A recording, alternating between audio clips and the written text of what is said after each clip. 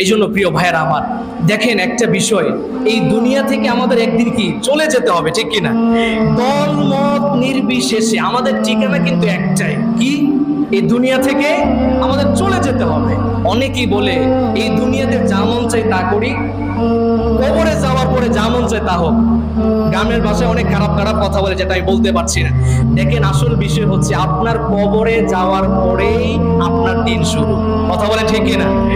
এই জন্য পরিষ্কার কথা, দেখেন আপনি যত নেতামি করেন আর যাই করেন, কিছুই কাজে আসবে না। আসবে হয়তো দুনিয়াতে সামান্য একটু সময়ের জন্য আপনি মানুষকে অনেক কিছু করতে পারবেন ক্ষমতা দেখিয়ে, কিন্তু মনে রাখবেন এই দিন শেষ না, আরো দিন আছে। আর সেই দিন শুরু যখন হবে আর শেষ হবে না।